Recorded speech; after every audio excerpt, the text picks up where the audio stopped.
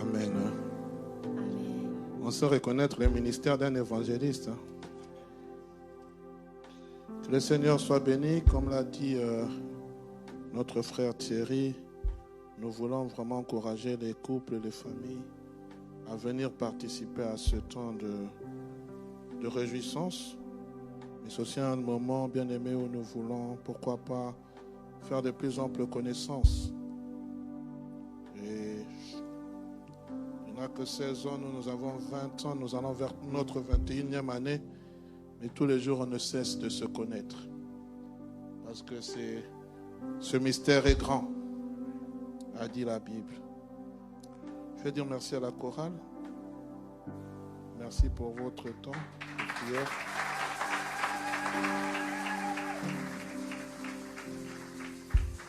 Béni soit Dieu, le Père de notre Seigneur Jésus-Christ.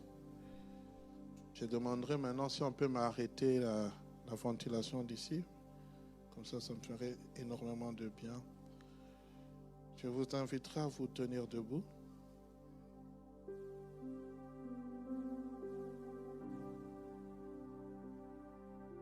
Tu vas simplement dire au Seigneur, manifeste ta grâce dans ma vie. Nous avons besoin de la grâce de Dieu. Vous savez, le dimanche, j'ai reçu un coup de fil d'un frère qui vient prier avec nous. Mais il était allé pour une fête, une invitation dans son pays d'origine. Et il m'appelle tout en pleurs, en me disant que l'ami qui était venu lui prendre à l'aéroport, alors qu'il était en bonne santé, est décédé 24 heures plus tard. Y avait-il des symptômes de maladie? Aucune. Il a fait un AVC dans son sommeil. On l'a amené aux urgences et c'était déjà tard. Même pas 40 ans. Même pas 50 ans. Alors tous les jours, nous prépare à la rencontre de notre Dieu. Et pour tous ceux qui vivent, il y a de l'espérance. Dieu renouvelle ton souffle de vie. Ce n'est pas parce que tu le mérites, c'est parce qu'il le veut. Il te donne encore une occasion de t'approcher de lui. Si tu ne l'as pas encore accepté comme Seigneur et Sauveur, l'occasion t'est donnée aujourd'hui. Tous les jours, nous avons besoin de la grâce. Je sais que vous qui travaillez dans le domaine hospitalier, vous voyez les gens mourir, ça devient pour vous quelque chose de normal. Mais bien aimé, même si c'est normal, le corps meurt, mais l'âme et l'esprit ne meurent pas. Demeure éternelle, soit la vie éternelle, soit la mort éternelle. C'est pour cela que j'ai initié une chose. On va essayer d'approfondir cela avec les bien-aimés. D'ici quelques temps, nous commencerons une activité chaque dimanche dénommée « Tu es mon invité ». Tu vas prendre une âme. Tu vas d'abord commencer par prier pour une âme. Tu vas demander au Seigneur, oriente-moi. Tu pries pour cette âme et tu feras un effort de l'inviter.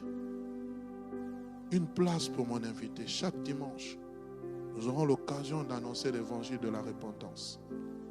Parce qu'il est important, bien-aimé, que ce lieu soit rempli des âmes sauvées. Il y en a beaucoup qui sont à l'extérieur. Et nous voulons que le Seigneur attire à lui ceux qu'il a appelés. Père, je prie dans le nom puissant de Jésus, alors que nous voulons annoncer ton évangile de grâce, alors que nous nous tenons debout, Père éternel, avec ce peuple que tu as choisi en ce dimanche matin. Je prie au nom puissant de Jésus que les portes des cieux soient ouvertes afin, Seigneur, que nous puissions accéder, Seigneur, à contempler ta sainte face. Seigneur, nous ne voulons pas simplement être des touristes ni des visiteurs d'un seul jour, d'un seul dimanche, mais nous voulons être des personnes de la maison de Dieu. Lorsque nous entrons, c'est pour y rester, y demeurer. Seigneur, daigne bénir ta parole dans le nom puissant de Jésus. Qu'elle soit libérée, Seigneur, sous ton autorité, sous ton onction. Fais-nous grâce. Nous voulons annoncer le mystère du royaume. Au nom de Jésus. Amen. Prière de vous rasseoir. Tu peux saluer ton voisin. Tu peux le saluer. Content de vous voir. Content de vous voir.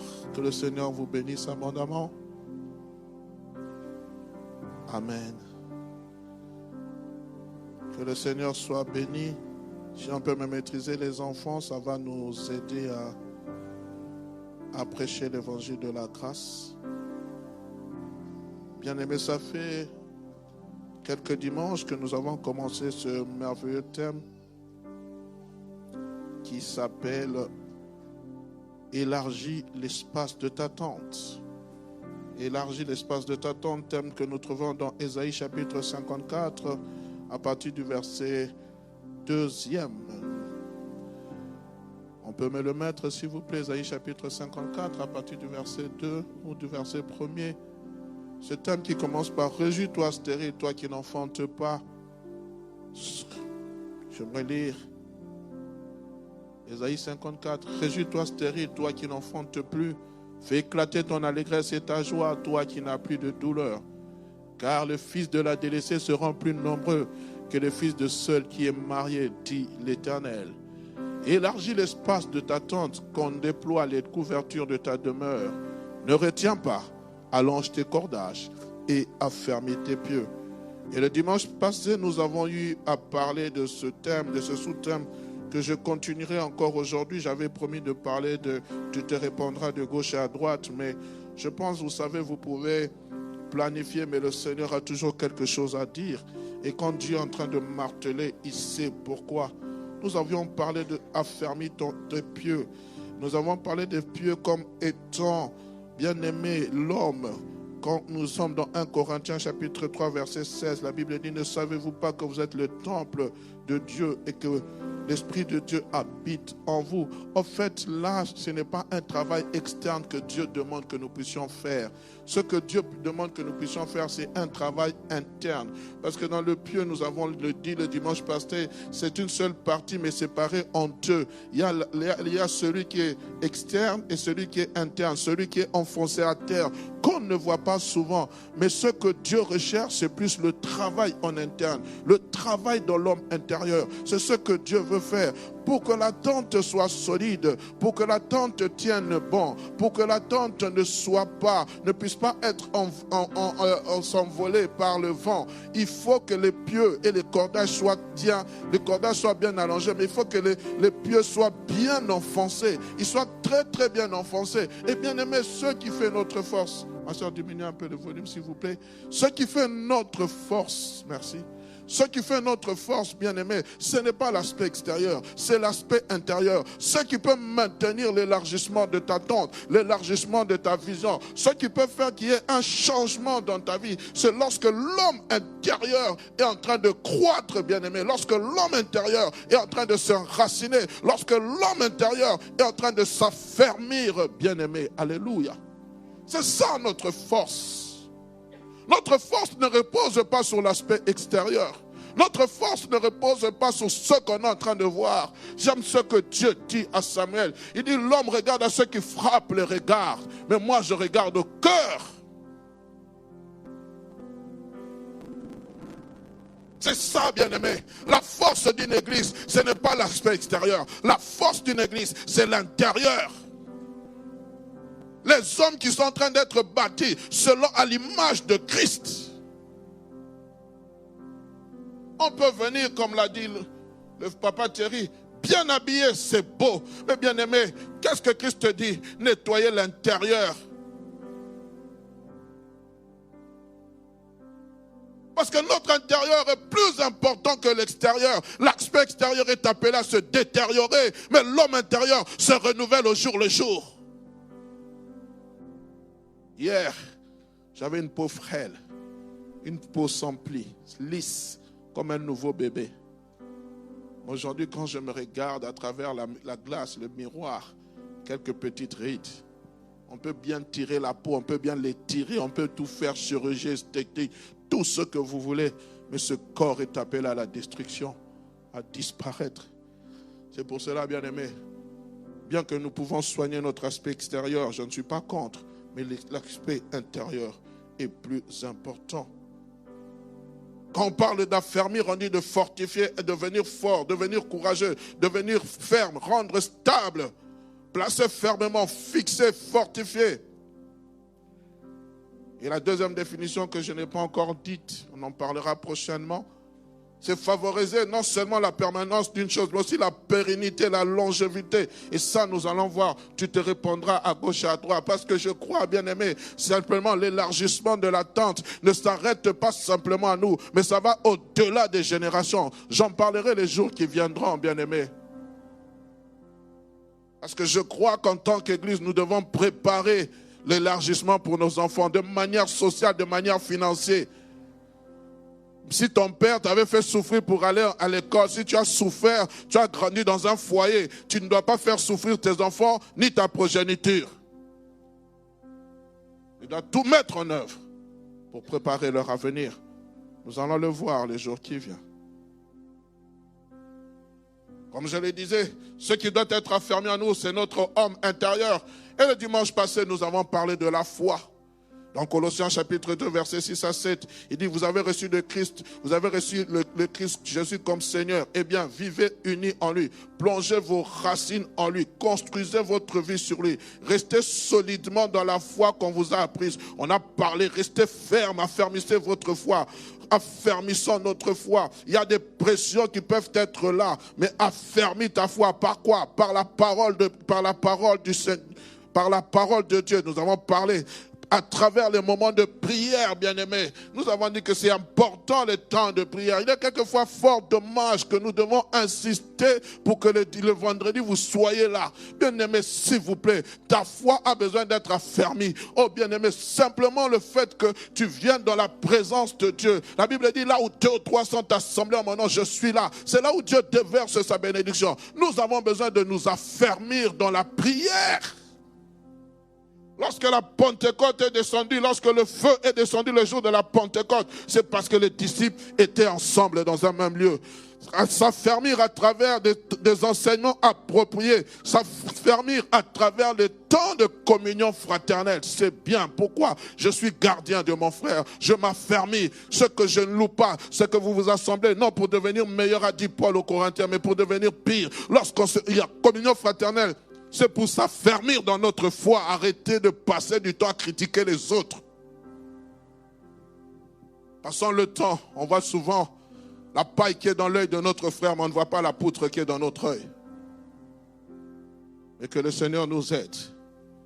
Parce que je crois, bien aimé, même s'il y a une paille dans l'œil de mon frère, mon rôle, c'est ce que Christ a dit à Simon. Simon, Simon, Satan vous a réclamé pour vous cribler comme du froment. Mais moi, j'ai prié pour toi, afin que ta foi ne défaille point. Et quand tu seras converti, affermis tes frères. Il y a des personnes qui doivent être affermies. Peut-être tu es faible aujourd'hui, mais que ma prière, c'est que je t'affermisse. En t'affermissant, tu es appelé à affermir une autre personne. Bien-aimé, ce sont des choses, bien-aimé. Ce n'est pas pour cela que Dieu t'a appelé. Tu dois supporter le plus faible. Oui, moi aussi, je suis passé par là. Oui, peut-être aujourd'hui, il y a des gens, des chrétiens qui n'arrivent plus à avouer leurs péchés. Ah, si je viens encore parler, ils vont dire encore. Oui, frère, oui, encore. Mais l'amour de Dieu ne va pas te laisser. Relève-toi, réveille-toi, toi qui dors. C'est ça ma prière. Affermis tes pieds, affermis ta foi. Si pour toi, cette chose est pour toi une occasion de chute, coupe-la. Jette-la, s'il te plaît. Le temps est court.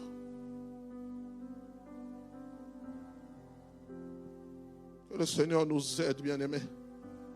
Je prie pour que la foi de plusieurs ne défaille point. Je prie, bien-aimé, que je ne sois pas moi-même une occasion de chute pour toi. Je prie que je ne sois pas pour toi une personne qui te déstabilise. Mes amis, je suis en train de vous parler à vous, qui aujourd'hui êtes le sel de la terre, la lumière du monde. Vous qui exercez un ministère dans cette église, vous qui vous tenez du haut de cette chair, nous qui nous tenons du haut de cette chair, vous n'avez pas idée combien de gens vous observent. Veillons les uns sur les autres.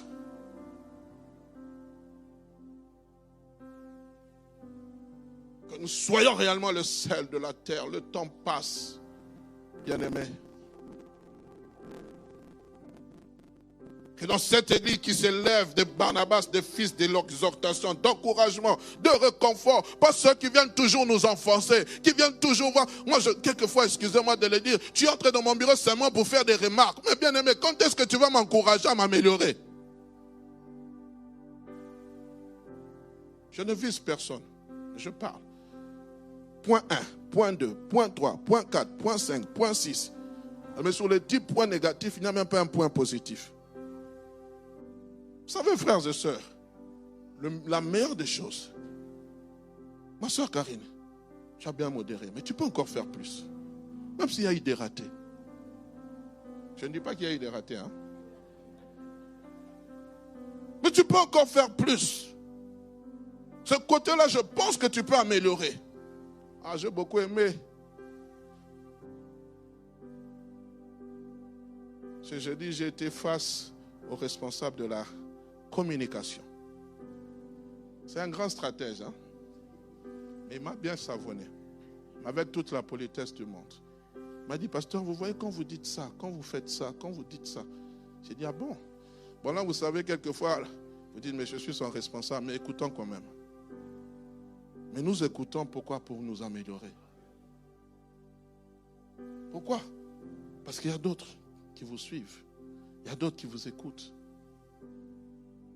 Et quand il a fait ça, ce n'était pas pour me rabaisser. Il a fait ça pour me corriger dans l'amour. Afin que demain, lorsque je me tiendrai du haut de cette chair, je puisse améliorer ce que j'ai. C'est pour cela, chaque fois après les prédications, ma femme me trouve toujours en train de me réécouter. Et quand je me réécoute, j'ai honte. Je dis, comment je peux dire ça? Comment je peux dire ça? Comment je dis ça à l'aise? Moi-même, j'ai honte. Mais, quelquefois, l'Esprit de Dieu vous saisit et vous parlez. On est ensemble. Alors aujourd'hui, j'aimerais parler de ce deuxième pieu dont l'apôtre Paul en parle. Nous le trouvons dans 2 Pierre chapitre 1er, verset 10 à 11. Excusez-moi, 2 Pierre chapitre 1er, verset 10 à 11. Écoutez ce qu'il est en train de dire. C'est pourquoi, frères, appliquez-vous d'autant plus à affermir votre vocation et votre élection. Car en faisant cela, vous ne brancherez jamais. C'est ainsi en effet que l'entrée dans le royaume éternel de notre Seigneur et Sauveur Jésus-Christ vous sera pleinement accordée. C'est pourquoi, frères, appliquez-vous, frères et sœurs, appliquons-nous d'autant plus à affermir notre vocation et notre élection. Car en faisant cela, nous ne brancherons jamais. C'est ainsi en effet que l'entrée dans le royaume éternel de notre Seigneur et Sauveur Jésus-Christ vous sera pleinement accordée. Vous conviendrez avec moi, bien-aimés, que cette exhortation ne s'adresse pas aux païens. Cette exhortation ne s'adresse pas à quelqu'un qui est sans Jésus-Christ. Non.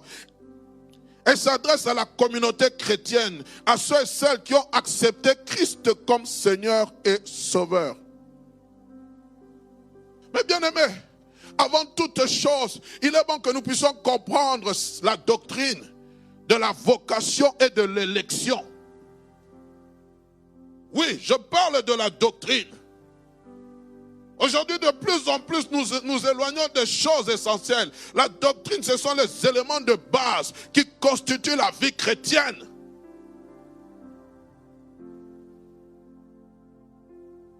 C'est comprendre c'est quoi l'élection, comprendre c'est quoi la vocation.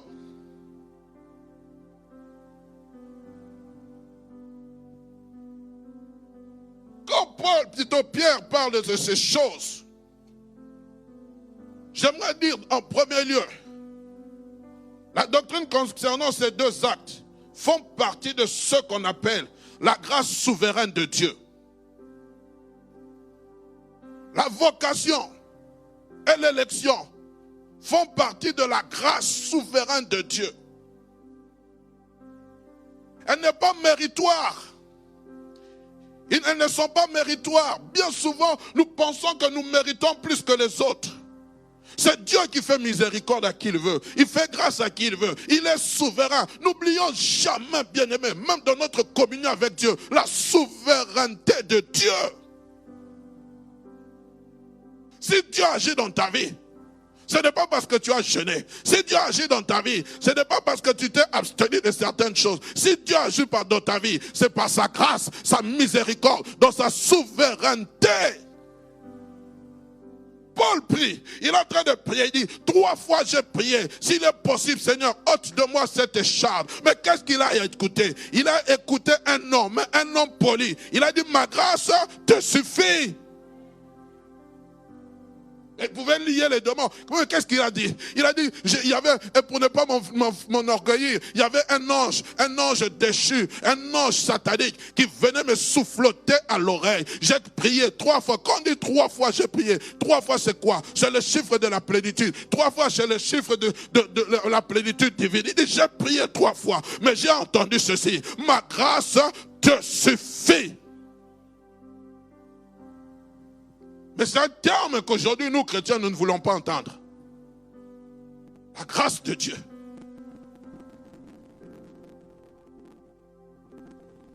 Mais lisez la suite. Paul dira, que dira-t-il? Il va comprendre maintenant que cette grâce était importante. Car lorsque je suis faible, c'est là que je dis je suis fort. Parce que la grâce, c'est une puissance en elle-même. Alors quand Dieu te visite, en te donnant un mari, en te donnant des enfants, en te accordant une promotion dans le travail, en te guérissant, en faisant tout cela, bien sûr, c'est attaché à sa parole.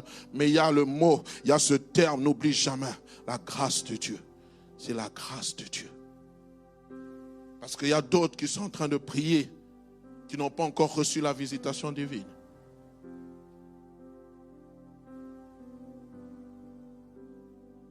C'est pour cela que vous entendrez, Seigneur, agis par ta grâce. C'est quoi la vocation? Je parlerai de la vocation sous 2 aspects. Le premier aspect de la vocation, quand vous entendez, la vocation, c'est un appel, une invitation de Dieu adressée à l'homme à travers sa parole, rendue efficace par la puissance du Saint-Esprit. C'est un appel lancé, une invitation qu'on lance à une âme perdue, une âme qui est éloignée de Dieu. Un appel, bien-aimé, à une conviction de péché, à une repentance, un appel à la foi, un appel à l'obéissance. C'est l'appel au salut. C'est ça la vocation.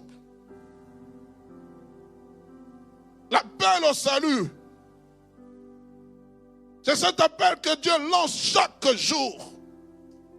Aujourd'hui, si vous entendez sa voix, n'endurcissez pas vos cœurs. C'est un appel à se tourner vers lui. C'est la première vocation de tout chrétien. Entendre l'appel de Dieu. Dieu a parlé à Isaïe, ça j'en parlerai quand je parlerai d'un. Qui enverrai-je? Qui parlera pour moi? Me voici, envoie-moi, a dit Isaïe. Pourquoi? Il dit, va et dis à ce peuple. Pourquoi? Il y a un message de repentance, il y a un message de foi, il y a un message, bien-aimé, d'obéissance. Mais il cherche un homme tous les jours. C'est ça la vocation. C'est cet appel à nous détourner du péché. Tu viens à l'église chaque dimanche. Oh bien-aimé, tu es bien, c'est bien. Je ne connais pas ta vie, je n'ai pas besoin. Quelquefois même vos vies se sont reflétées sur Facebook. Oh! Les amis, qu'est-ce que l'homme? Une simple vapeur. Une herbe qui pousse aujourd'hui, qui demain va disparaître. On se précipite, on se fait des crocs aux jambes. Ta vocation, Dieu t'appelle à la repentance. Dieu t'appelle à ne pas seulement être un chrétien du dimanche. Dieu t'appelle à le connaître réellement. Dieu t'appelle à le servir. Dieu t'appelle à charger ta vie. Dieu t'appelle que nos vies soient conformes à la vérité. Dieu t'appelle, c'est un appel, une vocation. Wow. Un jour, Dieu m'a appelé. Je me souviens de ce jour-là. J'ai entendu sa voix. J'ai pleuré comme un petit garçon. J'ai pris la décision de le servir. Le 2 janvier 1992, j'ai décidé de donner ma vie complètement à Jésus-Christ. Parce que j'ai entendu l'appel. Son cœur qui battait pour moi. Hugues, je t'aime. Je t'aime. Je t'aime. Je t'aime. J'ai décidé de me tourner vers lui. Bon gré, mal gré. 22 ans. En pleine crise d'adolescence, alors que tu veux affirmer que tu es dans ce monde, alors que tu veux frimer, alors que nous donnions l'argent aux musiciens pour que ton nom soit scandé, tu dois oublier toutes ces choses. Et ce que j'aime quand Dieu t'appelle, il prépare aussi. Pillage. Tes amis fuient, ils partent. Ceux avec qui vous faisiez les 400 coups partent. Tu te retrouves seul. Les écoles fermées, les universités fermées. Les parents qui avaient des moyens financiers n'ont plus comme avant. C'est la dégringolade. Tu te caches parce que tu avais un nom. Jusqu'à ce que Dieu te dise, il faut que tu me serves. Quelquefois, tu ne comprends pas pourquoi Dieu est en train de fermer les portes. Mais c'est parce qu'il est en train de te montrer le chemin du salut. On est ensemble. Oh, le temps, il passe tellement vite. Trop vite. Et c'est cette vocation, bien-aimé, qui lance tous les jours. Chaque jour, bien-aimé. Il y a une âme à sauver. Chaque jour. Cet appel est en toi. Il t'a appelé un jour. Mais Paul, Pierre dit, affermissez cet appel. Comment je peux affermir cet appel? Je suis déjà sauvé. Nous allons l'étudier. Deuxième type de vocation, c'est cette mission particulière ou cet apostolat. Comme Paul se présente, il se dit, Paul, serviteur de l'Éternel, mis à part dès le sein de ma mère. C'est cet appel, bien-aimé, où certains hommes sont sollicités par l'appel divin pour une mission spéciale. Tous, de toute façon, nous avons une mission spéciale. Actes chapitre 13, verset 2. Alors pendant qu'ils servaient le Seigneur dans leur ministère, qu'ils jeûnaient, le Saint-Esprit dit, mettez-moi à part Paul, Barnabas et Saul pour l'œuvre à laquelle je les ai appelés. C'est ça, bien-aimé, la deuxième vocation. Et dans cette église, je prie que mon Dieu suscite des vocations, un appel particulier. Cette année, j'aurai 51 ans. Je prie, frères et sœurs, pour la relève. Je ne suis pas éternel. Je ne suis pas de celui qui pense qu'il faut que mon fils me remplace. Papa Tony, je n'ai visé personne.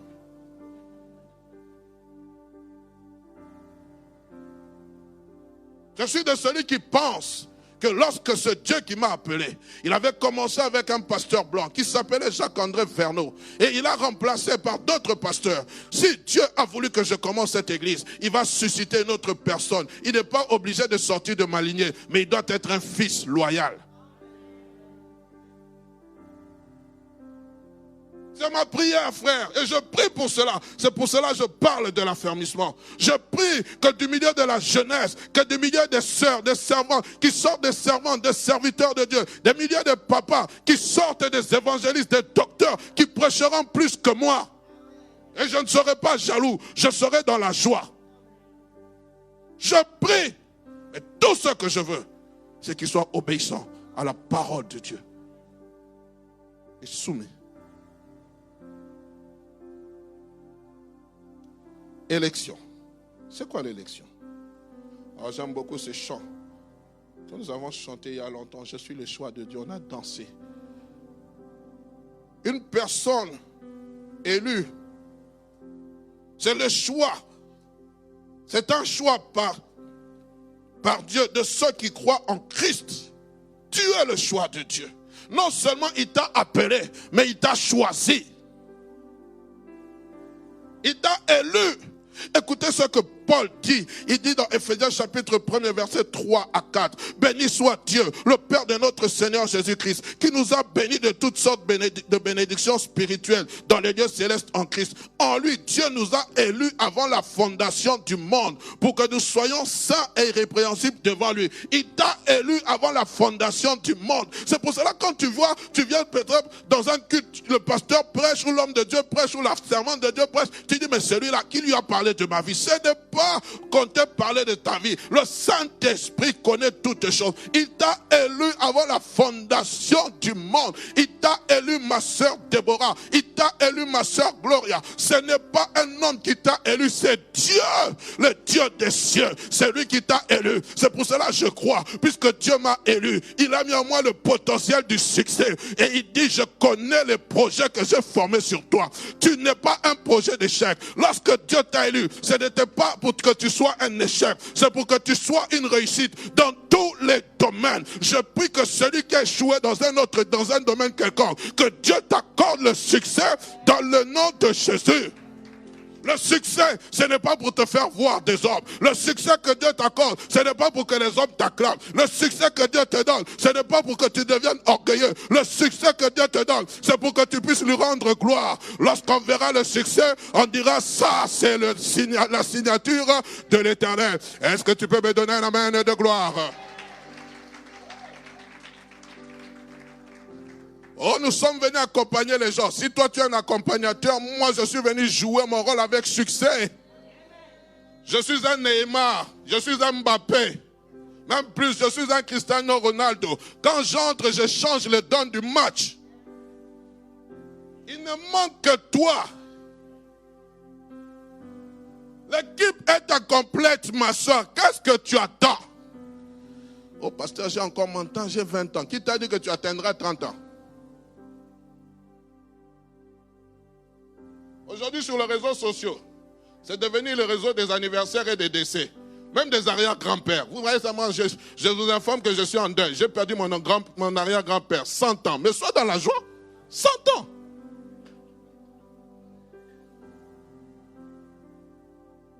On est ensemble. Et c'est ce que Dieu dira à Jérémie.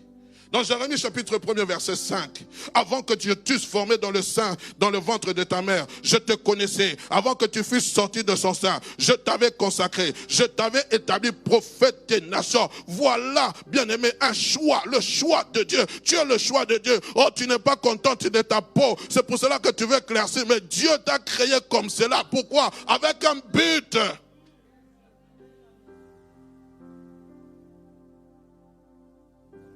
Tu n'es pas content de ton corps. Seigneur, merci pour ce beau corps. David pouvait dire, je te loue, Père, de ce que je suis une créature merveilleuse. Jésus lui-même dira à ses disciples, ce n'est pas vous qui m'avez choisi. Dans Jean chapitre 15 verset 16, mais c'est moi, je vous ai choisi. Et il dit quoi? Non seulement je vous ai choisi, j'ai fait de vous l'objet de mon choix. Tu es l'objet de la convoitise de Dieu, mon frère. Tu es l'objet de la convoitise de Dieu. C'est pour cela que Dieu dit, ne touchez pas mes oins. Celui qui touche à mon oin, touche à la prunelle de mon œil. Est-ce que tu comprends que tu es l'objet de la convoitise de Dieu? Dieu a tant aimé le monde. Souvent quand on parle du monde, on voit en général. Dieu a tant aimé Arnaud Chisungu. Le salut peut être général, mais dans ta vie, le salut est particulier.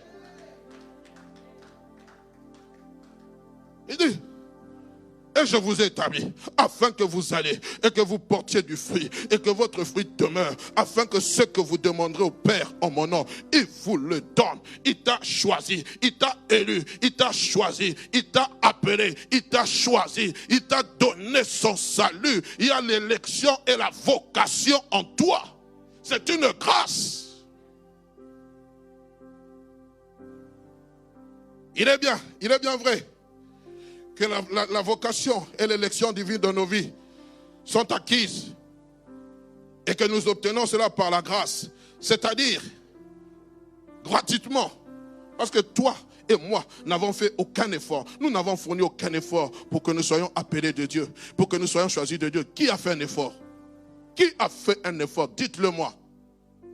Qui a fait un effort? Chacun d'entre nous, nous avons une histoire de cette rencontre, de la façon dont il nous a appelés, de la façon dont il nous a choisis. Pourquoi il t'a choisi toi, pas l'autre? Je parle avec ce garçon. Je lui disais, mais ça c'est une interpellation. C'est une interpellation, mon frère. Une année passée, la femme de ce garçon qui est décédé est mort. 2 ans passés, je pense, 1 année et demie. Son grand frère est mort. Je dis, mais c'est une interpellation. Dieu t'appelle à mettre ta vie en règle avec lui. Dieu appelle de plusieurs manières. Il parle tantôt d'une manière, tantôt d'une autre.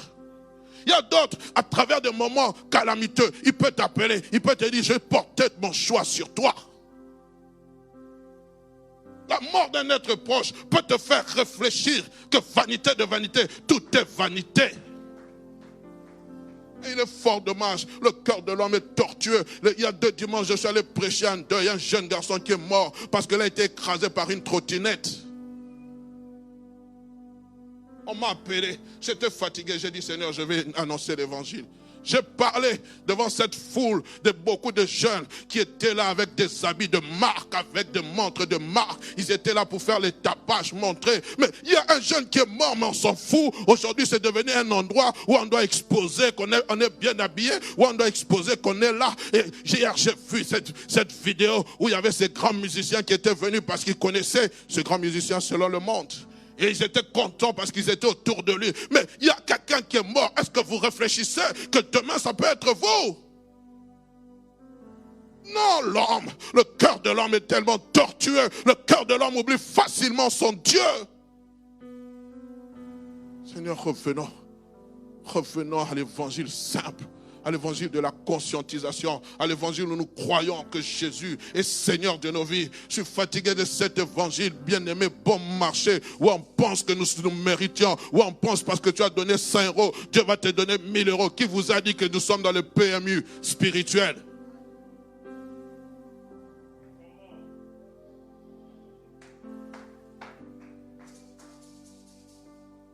Donne une grosse offrande, donne une grosse offrande, donne une grosse offrande. Et quelquefois, vous donnez une offrande, vous vous sacrifiez, vous donnez l'argent des enfants. Et ce même serviteur de Dieu, il va dans les boutiques des grandes marques, il s'expose, il prend ses habits avec lesquels il a arnaqué. Oh, je suis désolé d'en parler, j'avais promis de me taire, mais c'est plus fort que moi. Avec lesquels il a arnaqué les gens, il vient se présenter, il prend des photos parce qu'il allait devant la boutique de LV. Mais peut-être il y a une maman qui s'est privée parce qu'elle a dit, je crois au ministère de cet homme de Dieu. Oui, il t'a béni. Mais pourquoi tu dois me montrer quand tu vas acheter des loups-boutins?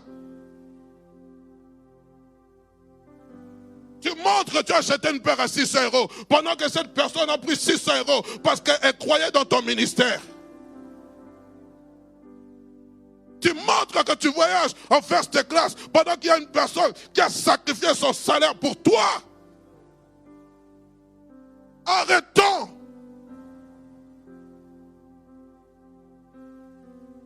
Tu voyages en first class, gloire soit rendue à Dieu. C'est une grâce ou un privilège.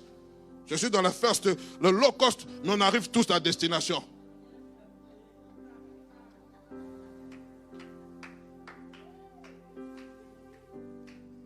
Ça, ce n'est pas un signe que tu es béni. Ce n'est pas un signe que tu es béni. La bénédiction, nous la limitons maintenant parce que tu voyages avec un jet privé. Ah, les amis, arrêtons ces choses. Pasteur, tu parles parce que tu ne l'as pas. Quand tu l'auras, tu vas savoir. Si Dieu me l'accorde, je dirai gloire soit rendue à Dieu. C'est pour me faciliter les déplacements. Mais ce n'est pas pour me faire voir. Parce que derrière toutes ces choses, il y a des âmes qui ont sacrifié de leur argent. Nous devons les respecter. Quand je parle avec cet étudiant qui vient me donner 20 €, pasteur, prie pour moi. Mais ces 20 € là, c'est quoi? C'est une journée de travail, une demi-journée. Il s'est sacrifié, il n'est pas boursier. Et moi maintenant je prends ça, je commence à montrer. Baliverne, balivernes. Le monde n'a pas besoin de ça. Le monde a besoin de l'évangile. Comment y parvenir? Il dit c'est gratuit, certes. Désormais, si ces deux choses sont gratuites, la vocation et le choix de Dieu, plutôt la vocation et l'élection de Dieu, sont des choses qui sont obtenues par la grâce. Ça appartient à la gratuité. Mais écoutez ce que Paul dit. Il dit, je lis avec la version Bible de Semeur, mais puisque celui qui vous a, plutôt, il dit ceci, c'est pourquoi, frères et sœurs, puisque Dieu vous a appelé et vous a appelé et choisi, faites d'autant plus d'efforts. Ça, c'est la version du semeur. Faites d'autant plus d'efforts pour confirmer cet appel et ce choix. Car si vous agissez ainsi, vous ne tomberez jamais. Mais j'ai obtenu le salut gratuitement. J'ai été appelé gratuitement. Le Seigneur m'a offert, m'a choisi gratuitement, de manière souveraine. Pourquoi moi je dois faire un effort? Pourquoi? L'effort, bien-aimé, c'est pour te maintenir dans ce salut. C'est pour te maintenir dans ce choix. Tu as ta part de responsabilité. Dieu t'offre le salut gratuitement. Dieu t'a choisi librement. Mais il te dit, pour te maintenir, je te donne une porte d'accès qui s'appelle la grâce. Pour te maintenir dans cette grâce, tu dois fournir un effort. La grâce, elle est gratuite. Mais conserver cette grâce, il y a un effort à fournir. N'oubliez jamais cela. Oh, nous sommes dans la grâce. La grâce, ce n'est pas la licence au péché. La grâce, ce n'est pas l'accessibilité au péché. La grâce, bien-aimé, oui, je vais vous le dire. Bien-aimé, il y a un effort pour que tu te maintiennes dans la grâce. Il dit, faites de plus en plus d'efforts d'affermir. Il faut affermir ce choix. Il faut affermir cette élection. Comment y parvenir? 1 Pierre chapitre 1, versets 15 à 16. Nous lirons beaucoup de versets. Mais puisque celui qui vous a appelé est saint, vous aussi soyez saints dans toute votre conduite. Selon ce qu'il est écrit, vous serez saints car je suis saint. Le maître mot, bien-aimé, pour affermir ma vocation. Le maître mot pour affermir mon élection. Le maître mot pour conserver ces choses, c'est la sanctification. Ça, c'est ta part. Ce n'est pas la part de Dieu. Oui, je suis sauvé. Oui, Dieu m'a choisi. On aime souvent le dire, je l'ai dit de Dieu, Dieu m'a choisi. Oh, comment on se dit souvent, oh, le fils de la promesse ne meurt jamais. Hey. Le fils de la promesse ne meurt jamais s'il vit dans la sanctification. Tu comprends? Le fils de la promesse ne meurt jamais s'il craint Dieu. Saoul était le fils de la promesse, mais Dieu l'avait rejeté. Il avait une promesse sur une royauté. Il dira à Samuel, ne prie plus pour lui, je l'ai rejeté. Mais il avait une promesse, hein? Il avait une promesse. Tu as ta part. Ma part, ô Éternel, c'est de conserver ce que tu me dis. Comment? Dans la sanctification. Ça, c'est ça. Bien aimé, la grâce, oui, elle est là. La grâce, je n'ai pas fourni d'effort pour être sauvé. Je n'ai rien fait. Mais pour affermir cette grâce, bien aimé, j'ai un effort à faire. Parce que la sanctification, c'est un effort. Frère, sœur, hey, surtout dans ce pays ici, où le péché est à la porte. Tu ne vas pas chercher le péché. Le péché couche à ta porte. Où on te drague. Où même les femmes mariées te draguent. Où les hommes mariés te draguent. Ton mari ne te fait plus l'avance. Mon travail là, on te fait des avances. Ouh, tu es belle. Ouh. Mais avec quel objectif? Ce pays ici, sans papier, le mariage en blanc. Réunis ton origine. Mais c'est ça, frère. Affermis ta foi. C'est ça. Affermis ton... C'est ça, là. C'est ça. Tu es bien placé. Nous sommes bien placés pour affermir notre foi. Un homme de Dieu disait, il y a des chrétiens qui ne pêchent pas parce qu'ils n'ont pas l'occasion de pécher. Mais dès que l'occasion sera là, ils vont pécher. Quand tu donnes seulement un travail, véhicule de fonction, hey, la démarche change.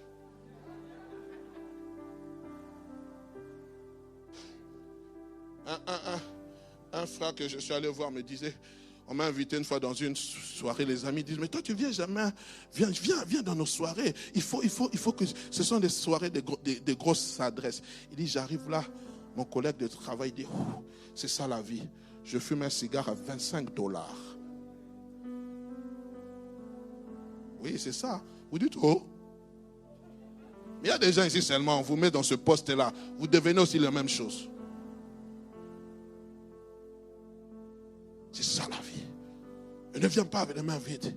Quand il est venu, je dis, je suis venu les mains vides. Mais tu n'as rien amené. Il fallait amener une bouteille de liqueur.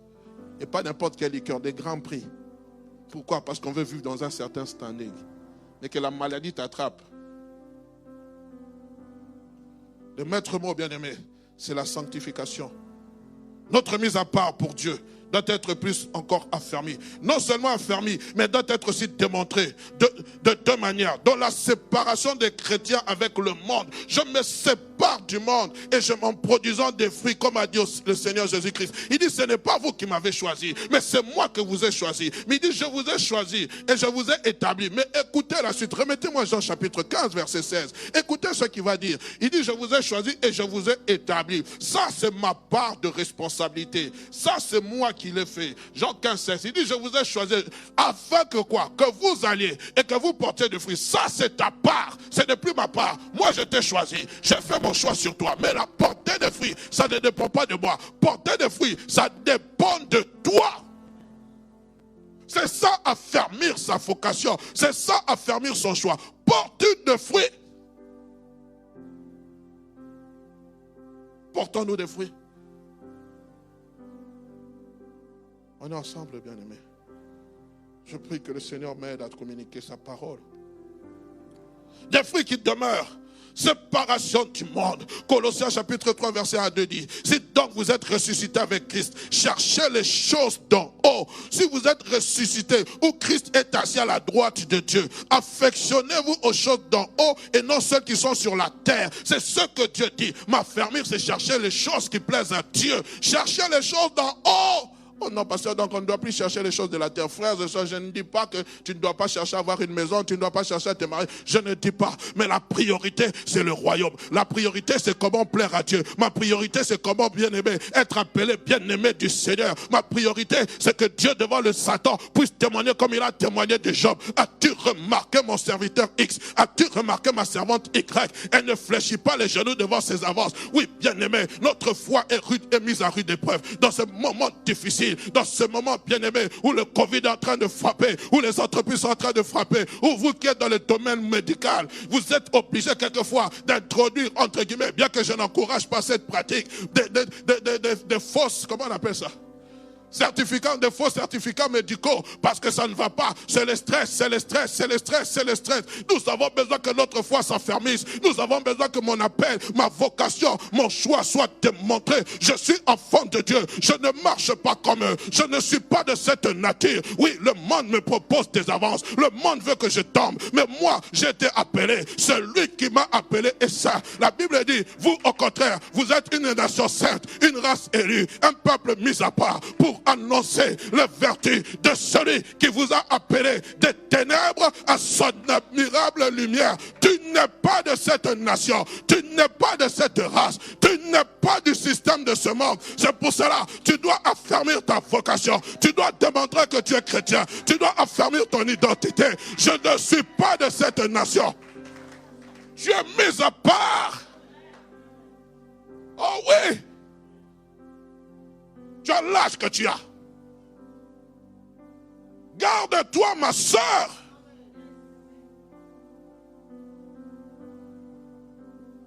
C'est possible parce que tu feras la différence. C'est possible parce que Dieu fera de toi une différence. Si tu es dans cet intervalle où on dit c'est impossible. Oh, je me rappelle quand je suis arrivé ici, j'ai dit que j'ai laissé mon épouse. On a dit, mais pasteur, comment vous faites? Oh, mais c'est impossible, pasteur. Il vous faut une petite copine. Je n'en ai pas et je n'en aurai pas. Pasteur, et ceux qui me disaient ça, des chrétiens affermis dans l'église, qui chantent, qui prêchent, qui disent pasteur. J'ai dit, mais vous prêchez quel évangile? Vous prêchez quel évangile? C'est pour cela, on te jettera la pierre. Tu penses que tu es le premier? Tu penses que tu es la première, toi aussi? Tu penses? Même si je ne suis pas le premier, mais je fais partie de cette race qui ne fléchiront pas les genoux devant les dieux de Baal. Dieu dit, je me suis réservé. Je me suis réservé. Et c'est à cette réserve stratégique que je m'adresse. Parce que nous sommes appelés à investir ce monde. Nous sommes appelés à marquer la différence. Jeune homme, toi qui n'as pas encore connu de femme, sois dans la joie. Jeune fille, toi qui n'as pas encore connu d'homme, sois dans la joie. Tu n'es pas un produit avarié. Tu es un produit rare, un produit recherché, un produit qu'on... Oh, vous savez que l'interdit attire. Oh, sois dans la joie. Mais toi qui as connu par inadvertance, le Seigneur est le Dieu de la restauration. Tu n'es pas avarié. Je me souviens, il y a quelques années, une athlète, je pense, américaine, a dit qu'elle n'avait pas connu d'homme. C'était un scandale. Comment est-ce possible? Mais c'est possible. Les vertus chrétiennes aujourd'hui sont renversées. Quand les fondements sont renversés, le juste, que fera-t-il? Aujourd'hui, on a même peur de parler de ces choses. Quand je vais me regarder, je vais dire, comment j'ai pu dire ces choses? C'est sorti.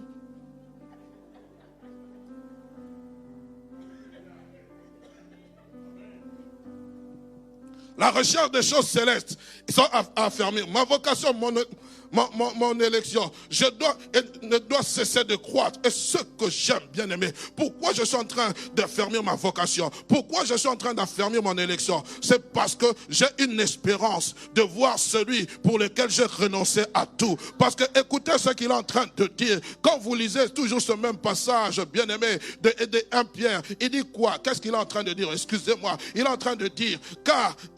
affermissez votre vocation et votre élection, car en faisant cela, vous ne brancherez jamais. C'est ainsi en effet que l'entrée dans le royaume éternel de notre Seigneur et Sauveur Jésus-Christ vous sera pleinement accordée. Pourquoi je m'abstiens? Pourquoi j'affermis? Parce que mon désir, c'est de rencontrer le Seigneur Jésus, pour lequel j'ai renoncé à tout, pour lequel je considère toutes ces choses comme la boue.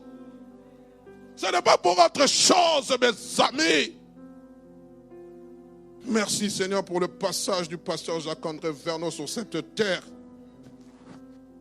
Un homme qui nous a appris c'est quoi la sanctification. C'était quelqu'un qui restait ferme. On pouvait nous amener toutes sortes de doctrines, mais lui il était resté ferme dans ce que Dieu l'avait appelé. La base de toute vie chrétienne, c'est la sanctification, frère. La base de toute vie chrétienne, c'est la sanctification. La base de toute vie chrétienne, c'est le renoncement, la consécration. Ce n'est pas autre chose, les amis. La bénédiction, tu veux que Dieu combatte tes ennemis, crains-le. Tu veux que Dieu fasse tomber tes ennemis, crains-le. Il y a des combats que tu remporteras, pas parce que tu as prié. Il y a des combats que tu gagneras, pas parce que tu as jeûné. Il y a des combats qui seront ta victoire, parce que tu vis dans une vie de consécration. Job, quel combat avait-il fait? Il a lié les démons? Non. La Bible dit, dans toutes ces choses, Job ne pécha pas contre l'Éternel. Il n'attribua rien de mal à l'Éternel. Il est resté droit dans ses bottes. Cherchez quelque part où Job s'est ligué contre le Satan. Cherchez quelque part où Job a lié les démons. Cherchez quelque part où Job a jeûné 40 jours et 40 nuits. Cherchez quelque part où Job a fait le jeûne d'Esther. Il ne l'a pas fait. Il est resté dans la sanctification. Et Dieu l'a restauré. Nous oublions notre force. Nous oublions notre force, une vie de sainteté. Tu penses parce que tu dors par terre. Tu penses parce que tu donnes ta dîme, tu donnes des actions de grâce, parce que tu donnes des offrandes. Je ne sais pas que Dieu va t'exaucer. Non, ce que Dieu désire, c'est ton cœur. Ce que Dieu désire, c'est que tu craignes son nom. Ce que Dieu désire, c'est que tu marches dans la sanctification. C'est ça. Il y a des victoires que tu auras parce que tu crains Dieu, ma soeur. Il y a des victoires que tu auras, des récompenses que tu auras parce que tu t'es abstenu de coucher avec ce garçon. Il y a des victoires que tu auras parce que tu as refusé de te compromettre, et Dieu va ouvrir le livre de souvenirs. Dieu va se souvenir de toi. Dieu va agir dans ta vie. Donne-moi un amen de gloire. Je suis en train de te parler.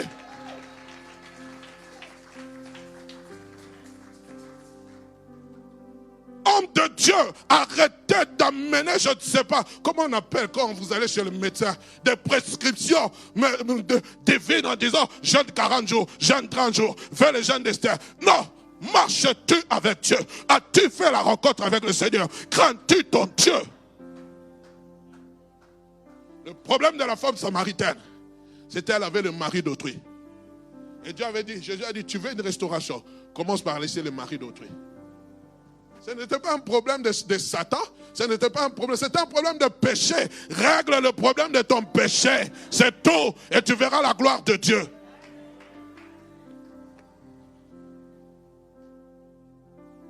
Shabasakaborobosa. Darebabos. Car plus Dieu élargit l'espace de ma tente, plus Dieu veut affermir mes pieds. Pour y parvenir, nous devons mettre de notre volonté. Paul parlant à Timothée, Paul parlant aux Philippiens, dira ceci dans Philippiens chapitre 2, verset 12. Ainsi, mes bien-aimés, comme vous avez toujours obéi, travaillez. Mais qu'est-ce qu'il y a? Travaillez à votre salut. Dans la version Semeur, il est dit, faites fructifier votre salut. Travaillez. Le salut se travaille. Travaillez à votre salut avec crainte et tremblement, non seulement comme en ma présence, mais bien plus encore, maintenant que je suis absent. Mettez-moi le verset 13, je ne l'ai pas mis. Écoutez ce que la Bible dit. Faites tous, mettez-moi le verset 13 s'il vous plaît. Car Dieu produit en vous le vouloir et le faire selon son bon plaisir. Verset 14, écoutez la suite. Faites toutes choses sans murmure ni hésitation. J'aimerais parler à quelqu'un. Le salut se travaille, le salut se fructifie. Quand on parle d'un travail, c'est pour produire quoi? Un bénéfice. Quand on parle d'un travail, c'est pour qu'il y ait quoi? Un rendement. Donc Dieu t'a sauvé, mais Dieu veut que tu produises, que tu travailles pour ton salut. On a comme l'impression que Paul dit une chose et son contraire. Quand vous allez dans Ephésiens chapitre 2, le verset 8 à 9, écoutez ce qu'il a dit. Excusez-moi, nous allons bientôt finir. On dirait que ce verset contraste avec ceux d'Éphésiens. La Bible dit, c'est par la grâce que vous êtes sauvés, par le moyen de la foi. Et cela ne vient pas de vous, c'est le don de Dieu. Ce n'est point par les œuvres afin que personne ne se glorifie. Mais le salut, il est gratuit. Le salut, nous le faisons sans œuvre. Le salut, la Bible dit, ce n'est pas parce que tu as fait des œuvres que tu es sauvé. C'est par la grâce que vous êtes sauvés au moyen de la foi. Nous voyons la gratuité du salut. Mais écoutez la chose, bien aimée. Le verset 10. Quand je suis sauvé gratuitement, sans avoir fourni d'efforts. Écoutez ce que le verset 10 dit. Car nous sommes son ouvrage, ayant été créés en Jésus-Christ. Pourquoi? Pour de bonnes œuvres. Mais au verset 9, qu'est-ce qu'il a dit? Oh Seigneur, donne la révélation à quelqu'un ce matin. Qu'est-ce qu'il dit au verset 9? Ce ne sont pas par les œuvres, afin que personne ne se glorifie. Mais au verset 20, on dit quoi? C'est le verset 10. Remettez-moi le verset 10. Car nous sommes son ouvrage ayant été créés en Jésus-Christ pour les bonnes œuvres. Œuvres, bonnes œuvres. Qu'est-ce qui se passe? Quand j'arrive, j'entre dans la porte de mon salut. Dieu attend de moi maintenant que je puisse produire les bonnes œuvres. Que Dieu a préparé d'avance afin que nous les pratiquions. Il y a des œuvres qui sont en train de chômer parce que toi et moi, nous ne travaillons pas pour notre salut. Nous pensons que tout est acquis, nous croisons les bras. Non, tu dois travailler, tu dois fructifier ton salut. Parce que j'aimerais vous le dire, devant le trône de Dieu, il y aura des récompenses pour ceux qui ont travaillé à fermer leur salut. Chrétien fainéant, lève-toi. Toi qui dors, travaille pour ton salut. Il y a des bonnes œuvres que Dieu a préparées. Lorsqu'il t'a sauvé, il t'a appelé. Il a préparé pour toi des œuvres d'avance. Avant que tu ne naisses, il connaissait ces œuvres. Avant toutes les tentations qui t'arrivent, Dieu les connaît. Et il sait qu'il y a une issue par laquelle tu vas sortir. Et tu seras vainqueur. Aucune tentation qui ne vous est souvenue ne soit humaine et ne soit au-delà de vos forces.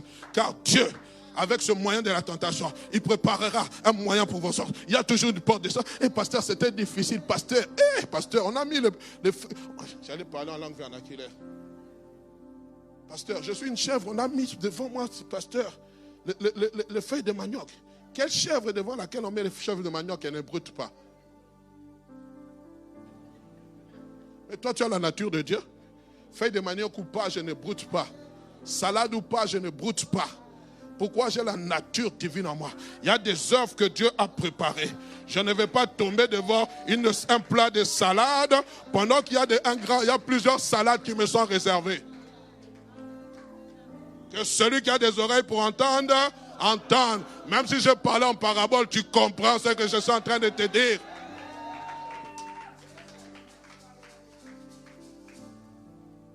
Alléluia. Le salut dans ma vie m'amène à être productif de bonnes œuvres. Je comprends que par là que la grâce qui m'est offerte, la grâce qui m'est offerte, le salut est gratuit. La grâce qui me maintient dans le salut a un prix. C'est ma consécration dans le Seigneur. On va bientôt atterrir. Nous sommes dans le salon de la grâce. Et dans le salon de la grâce, tu dois travailler. N'attends pas que l'hôtesse de l'air t'amène tout ce que tu désires. Va chercher ce que tu dois produire. Écoutez ce que Paul dit à Tite. Tite chapitre 2, versets 11 à 13. Car la grâce de Dieu, source de salut pour tous les hommes, a été manifestée. Mais ce que j'aime, il ne se limite pas là. Cette grâce nous enseigne. Quand on nous enseigne, c'est pourquoi. Quand vous êtes à l'école, le professeur vient tous les jours vous enseigner. C'est dans quel but? De la mise en application, de la mise en pratique. Aucun enseignement n'est donné pour qu'on reste seulement stérile. C'est pour que ce soit mis en pratique. Et la grâce est un enseignement. La grâce est une pédagogue. Elle nous enseigne à renoncer à l'impiété et aux convoitises mondaines, à vivre dans ce siècle présent selon la sagesse, la justice et la piété. En attendant quoi?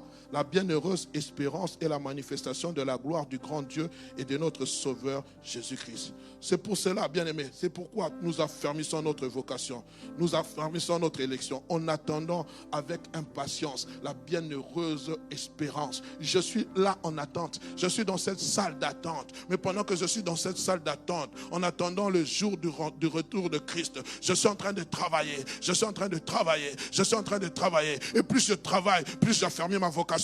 Plus je travaille, plus j'affermis mon espérance. Oui, il y a des combats, mais je suis appelé, j'attends. Je ne suis pas comme ces vierges, avec ces vierges folles qui n'ont pas la lampe, qui n'ont pas l'huile dans leur lampe. Moi, j'ai mon huile dans ma lampe. Je travaille en attendant le retour de Christ. Si Dieu permet que j'achète une maison, j'achète une maison. Si Dieu permet que je voyage, je voyage. Mais j'attends le retour de Christ. J'affermis ma foi. Lorsqu'on m'amène dans mon entreprise une affaire où je sens que cette affaire ne donne pas gloire à Dieu, je dis non. Pourquoi? J'affermis ma foi. Je ne veux pas me compromettre. Oh, tu as 40 ans. Oh, j'affermis ma foi. Oh, tu n'as pas de femme. J'affermis ma foi. Je prie tout par celui qui me fortifie. J'affermis ma foi. Oh!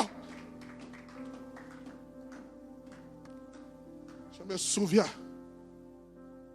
il y a quelques années de cela, je suis allé dans un mariage.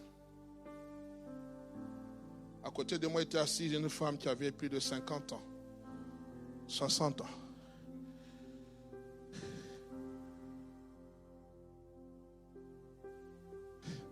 Je ne vais pas entrer dans les détails.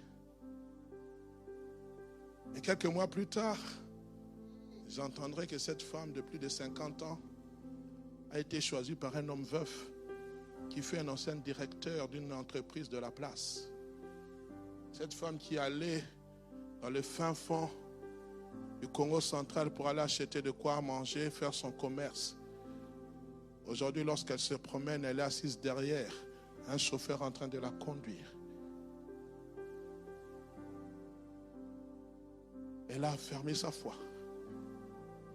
Elle a affermi sa vocation. Elle a affermi son élection. Et Dieu a su la récompenser.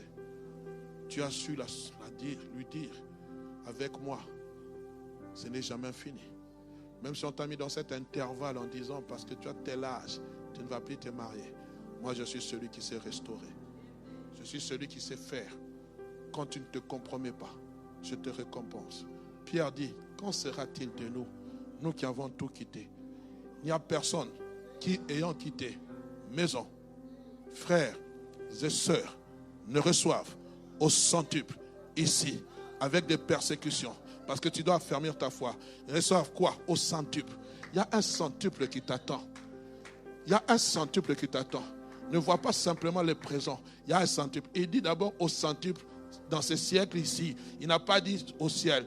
Et puis ils reçoivent la vie éternelle. Je prie pour que lorsque tu as fermé ta foi, que tu as fermé ta vocation, que tu as fermé ton élection, que le centuple te soit donné avant le retour glorieux de celui que nous attendons avec impatience. Je clôture avec ce verset. Apocalypse chapitre 22, verset 11. Que celui qui est injuste soit encore injuste. Que celui qui est souillé se souille encore. Et que le juste pratique encore la justice. Et que celui qui est saint se sanctifie encore. Pourquoi? Parce que nous l'attendons. Nous l'attendons. Puisse mon Dieu être avec toi. Puisse mon Dieu te bénir. Dans le nom de Jésus.